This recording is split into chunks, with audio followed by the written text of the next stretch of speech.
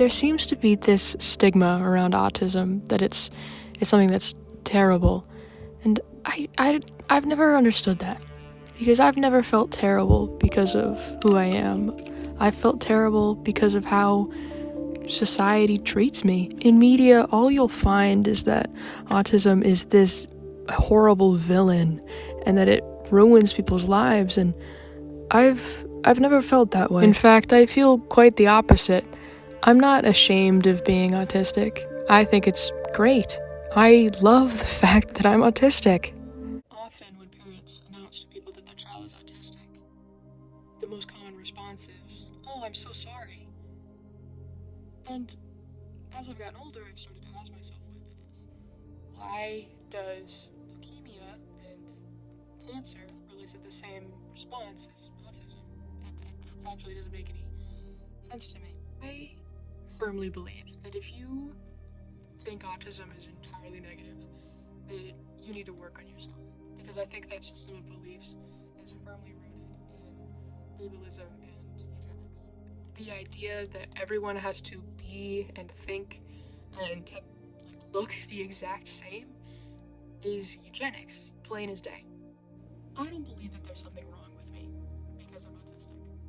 I just don't. The same way that someone who is blonde doesn't think that there's anything wrong with them. Because there just isn't. That's just the way they are. That's the way they're born, and that's okay.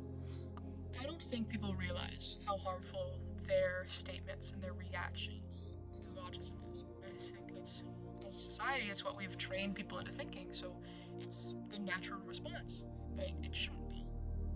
I feel often that the harm of these comments isn't felt or isn't realized until much later in life, because obviously autistic children become autistic adults, and hearing negative comments about yourself and about a huge piece of yourself growing up, it is going to instill a negative self-image, and often people think that, oh, I have to hide who I am, I have to conform myself to a holistic society, and I should be ashamed of who I am. Obviously, growing up, since this is my topic, I didn't really understand or read emotion very clearly on people's faces, but I did get a general gist of what people looked like when they were happy and what people looked like when they were sad.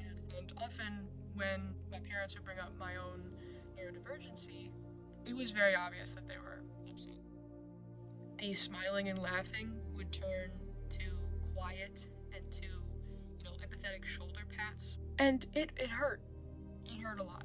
Because shoulder pats, in my mind, for a very long time, means something was wrong, something was bad. And people would do that when my parents told them I was autistic.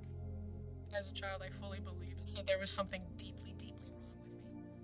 Looking back on it, it hurts. I'm not mad at them. I'm not mad at those people.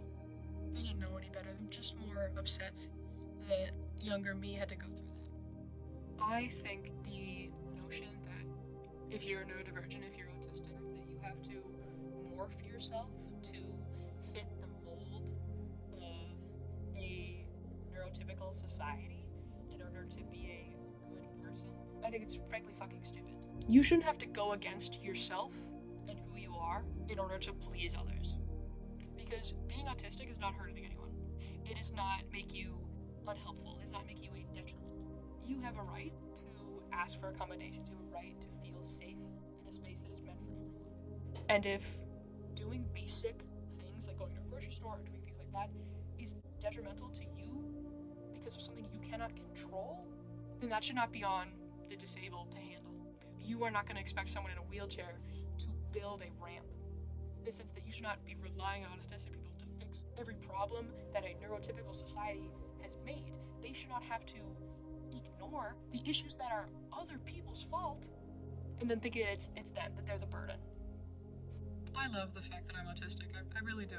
I think it's something that's beautiful.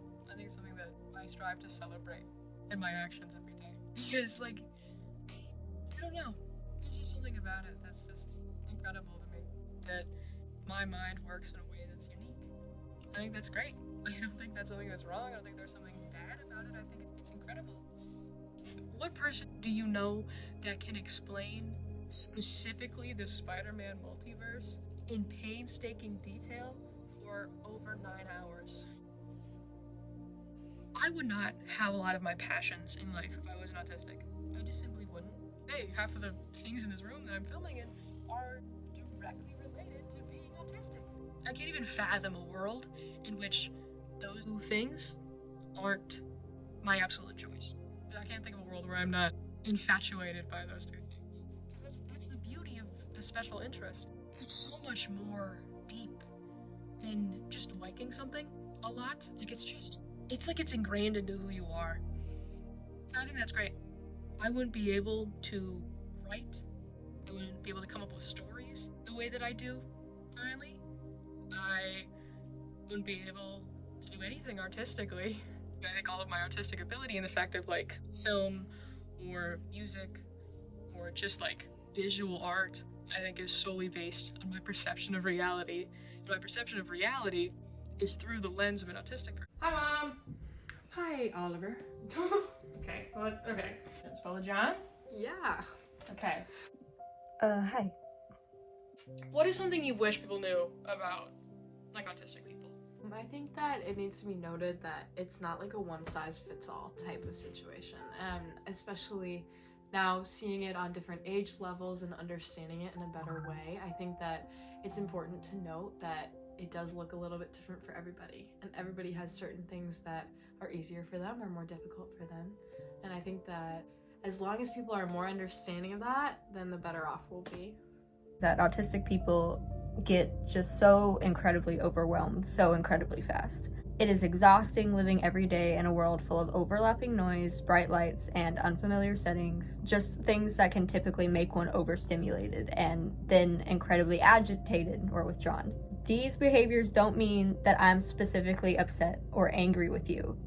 Don't feel offended when I go into a shutdown or when I can't physically speak to you. It just means that I need to be alone, just in a quiet space, so I can reset and just de-stress and stim by myself. I wish people knew that there were lots of positive and fun things that come from someone with autism. It's not always a bad thing. Like your creativity and just who you are is a good thing. So I wish people wouldn't always view it in a negative manner. What was your reaction to figuring out that I was autistic? I was actually not surprised once we found out. Some things really made sense. Just your lack of being able to handle some certain situations, being bothered by certain textures and sounds, it really made sense. So my reactions were definitely mixed. I have always known that I was definitely some sort of neurodivergent, and my suspicions were mostly towards having ADHD, but then I started to realize that I related more to the autistic experience. Like, the more I saw people talk about it and post about it, the more I was relating to it, or found myself relating to. And for a long time, I thought it didn't mean anything, that maybe I could be making it up, or that I was over-exaggerating how I was feeling. But then one day I just asked myself, could I be autistic? And then everything just kind of clicked into place. It felt relieving and scary at the same time, because on one hand, I maybe found the reason why I felt so alienated and quote-unquote different from everyone else. But then on the other hand, I was scared of how people were going to react, because it really is a stigmatized condition. What is your favorite part about me being autistic? So I think my favorite part of being autistic is definitely the sense of community that people on the spectrum have created. Like, it's just really hard to relate to allistic and neurotypical experiences, and it's hard to fit into spaces where it's almost impossible to navigate without intense confusion and exhaustion. Just being in an environment with other autistic people is so incredibly welcoming and has a feeling of safety that is just unmatched. Another worthy mention is autistic joy. The smallest things fill me with happiness, like it bubbles up and overtakes my body, especially when I can share that joy with someone else. I think my favorite part is you look at things from a different perspective, and you're much more creative than I am in my little right-brained box. Holistic. Yeah. I think your ability, and then your ability to hyper focus on certain things, it can work to your advantage.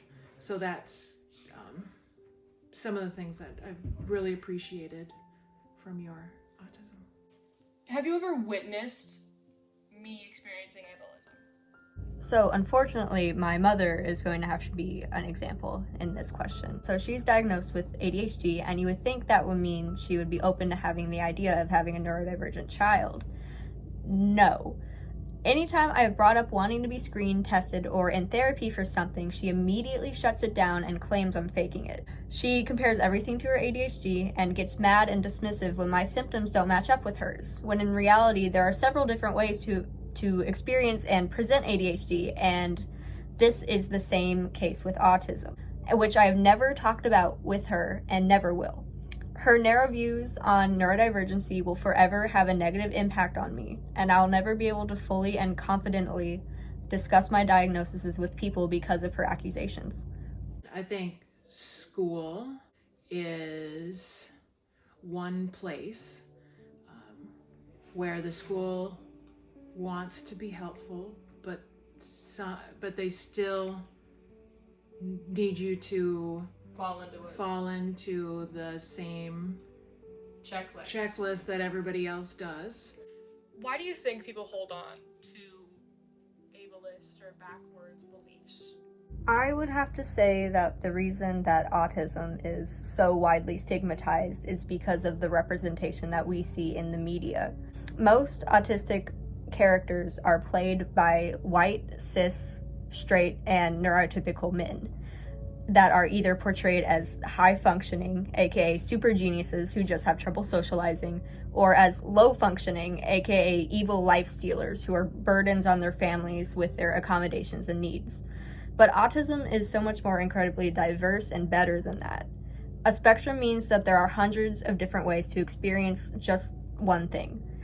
And I really feel like people need to understand that.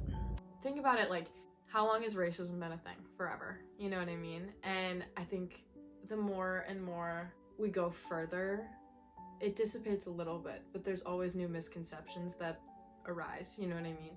It's the same reason. It's moral issues, and it's passed down through, like, that kind of I don't know. Cycle? Just a cycle, yeah. It's like the people you learn from and the people you talk to and the people that you're influenced by. And if they have those beliefs, then, you know, you can't help but have those beliefs too in certain senses. But I think breaking the stigma, we've moved forward a lot in that, because now there's activism for these type of things, whereas 20 years ago that wasn't as common, you know? And I think advocacy is always important in these situations, and just being knowledgeable and being able to learn, because then you can break the mold.